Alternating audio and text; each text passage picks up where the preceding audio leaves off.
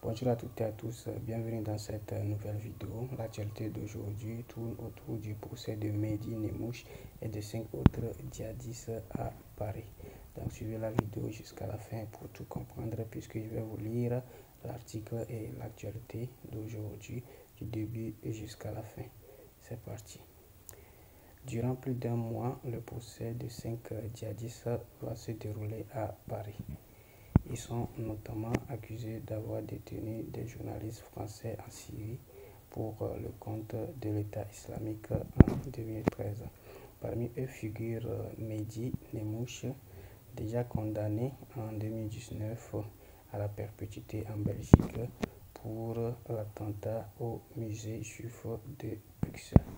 Donc, comme je viens de le lire, dans cette nouvelle actualité, il s'agit du procès de 5 djihadistes qui ont arrêté des journalistes français en Syrie pour le compte de l'État islamique en 2013. Donc voilà, c'est devant la cour d'assises spéciale de Paris que s'ouvre lundi 17 février le procès du tueur du musée juif de Bruxelles, Mehdi Nemmouche, et 4 autres djihadistes. Ils sont accusés d'avoir détenu des journalistes français sous l'État islamique en Syrie en 2013.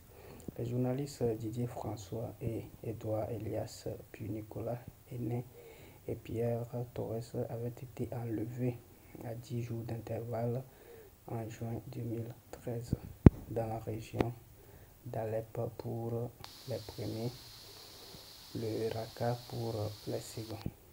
Libérés près d'un an plus tard, le 18 avril 2014, ils ont témoigné des violences physiques et psychologiques endurées aussi, ainsi que les privations de nourriture et des simulacres d'exécution.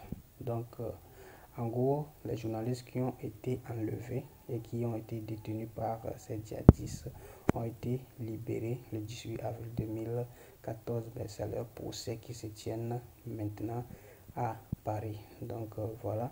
Et après leur libération, ces journalistes ont témoigné des violences physiques et psychologiques ainsi que de la privation de nourriture. C'est-à-dire que durant leur captivité, on les privait de la nourriture et autres. Donc je continue. Un procès prévu jusqu'au 21 mars. Donc voilà, le procès s'est déjà débuté en ce mois de janvier et va se poursuivre jusqu'au 21 mars.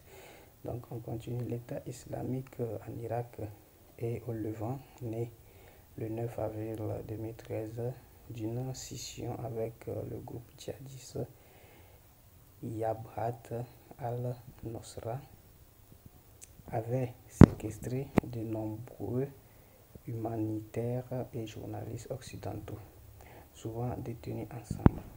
Plusieurs d'entre eux ont été exécutés en tenue orange dans des mises en scène macabres et filmées qui ont choqué le monde. Un mois après le retour en France des journalistes, le 24 mai 2014, Mehdi Nemmouche avait froidement tué 4 personnes au musée juif de Bruxelles. Il était à l'époque le premier d'une longue liste de djihadistes de l'aile revenant de Syrie pour commettre des attentats en Europe. Après l'arrestation et la publication de sa photo est publiée dans la presse, des ex-otages l'ont immédiatement reconnu. Il est soupçonné d'avoir été Abu Omar, l'un de leurs geôliers en Syrie.